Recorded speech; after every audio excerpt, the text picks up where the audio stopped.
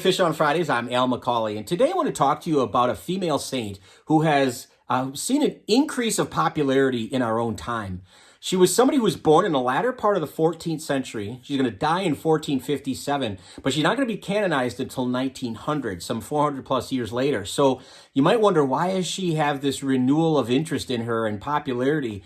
Because there are prayers and there are devotions and there's novenas to this saint. And I'll explain toward the end of this episode what my opinion is, why I think she's an increase of popularity we've seen in her. But I'm talking about a young girl who, when she was born, again, in the end of the 14th century, her parents named her Margherita. And for short, her little nickname was Rita. And of course, I'm talking about Saint Rita of Cascia, who was born in Italy. We celebrate her every year on her feast day, May 22nd. Now, by all accounts, St. Rita lived a tough life. She was promised in marriage by her parents, which would have been typical at that time, but she was only 12. She was 12 years old, and the man she married was older than her, and he was harsh. He treated her cruelly. I don't know how else to put it. He was prone to violence, and so it was not a happy home for Rita, as you can imagine. Nonetheless, their marriage produced two boys, twin sons, and she raised them as best she could, praying all the time for her husband, praying for her sons, ever the peacemaker, trying to find a way to bring peace and harmony and love into her home. Now, Italy at that time was not unified the way it is today. There's a lot of city-states and there's a lot of families warring with each other, and her husband was kind of in the middle of a lot of this intrigue. And he was actually killed in a brawl because of some of these family squabbles, if you will.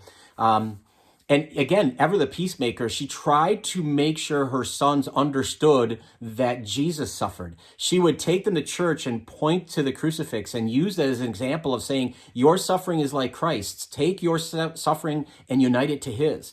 Unfortunately, again, for Rita, tough life, her sons are going to die from the plague. In short order, in very close proximity to each other. So she's going to be a widow and she's going to be motherless. One of the things she always wanted to do as a strong woman of faith was join a convent. And obviously being married wasn't that, she couldn't do that. Now that she was a widow, now that she was motherless, she applied to join the Augustinian convent near her home. And initially, she was not permitted to enter because she wasn't a virgin. She had been married. But she persevered. She kept at it, and she was dogged about it. And eventually, they came around, and they admitted her, and she was able to join the Augustinian convent that was near her. And she, very quick order, became really well known for her austerity, for her penances, but also for her really devout prayer life and for her kindness. She was a loving, kind person. Toward the end of her life, she started to receive mystical experiences. In fact, there's one for which she's very well known. She was praying in front of the crucifix, and she had the mystical experience of the crown of thorns being placed on her head.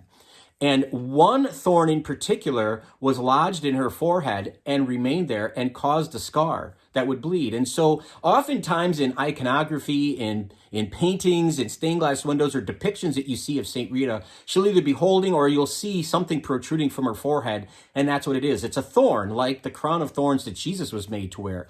She was 60 years old when that experience happened, but it's become something that's really identifiable with her. Shortly after her death, she's going to die, as I said, in 1457. Shortly after her death, her body was exhumed to put into a different place, so a place of honor, and they recognized that her body was incorrupt. She's one of those saints that we call the incorruptibles. And what that means, basically, just in a short, brief way of looking at that, would be to say that it speaks to the sanctity of her life. It's another mystical miracle attributed to those saints that really had experienced some kind of sanctity in their lives. So it speaks to the kind of faith, the deep faith that St. Rita lived. She's buried in Cascia, and you can go and visit her tomb today. Several relics are there, by the way, as well, that you can take in if you ever have the chance to go there, but the opportunity to go there. As I said, she was canonized in 1900, but this is why I think there's a renewed interest in St. Rita. I kind of started this episode with this. She has been recognized as the patron saint of a lot of things. Feuding families, for one. Troubled marriages, for another. And then over and above all of that, She's one of the patron saints along with St. Jude, who, by the way, I did an episode about him, so you can look up St. Jude if you like. She is also a patron saint of people who have seemingly hopeless cases. So St. Rita, think about what we've experienced in our own times with marriages that might be troubled, with families that are in feuding with each other or in and amongst themselves. She's the go-to person, someone to ask for her intercession. Ask her, pray with me so that I can bring peace and harmony into my home. Pray with me to bring peace to my marriage. And I would say, don't even wait for your marriage to get troubles, to pray in advance of that. Always pray for each other. Your spouses should always pray for each other to strengthen that marriage, not just for your own sake, but also for your kids and for the example that you give to the larger community.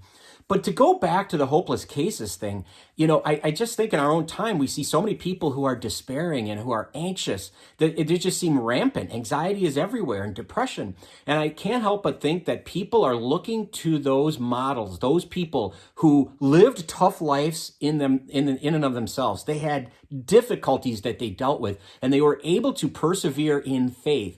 And so I think these models like St. Rita is one of the reasons she's become so popular in our own time. People look to her as an example, and they pray to her and with her for her intercession to help them get over their own difficulties, their own seemingly hopeless cases. So St. Rita, a great, great person to get to know, great person to pray to. I say this all the time when I do episodes on saints. I'm just scratching the surface here. There's a whole lot more you can find out about this remarkable woman. I would encourage you to do that when you have some time. But thank you for watching. If you'd like to share this content, feel free to do so. That would be great. We'd love it if you'd subscribe to our YouTube channel or follow us on Facebook. But either way, please keep tuning in every Friday for Fish on Fridays. Until next time, please be good to each other and God bless.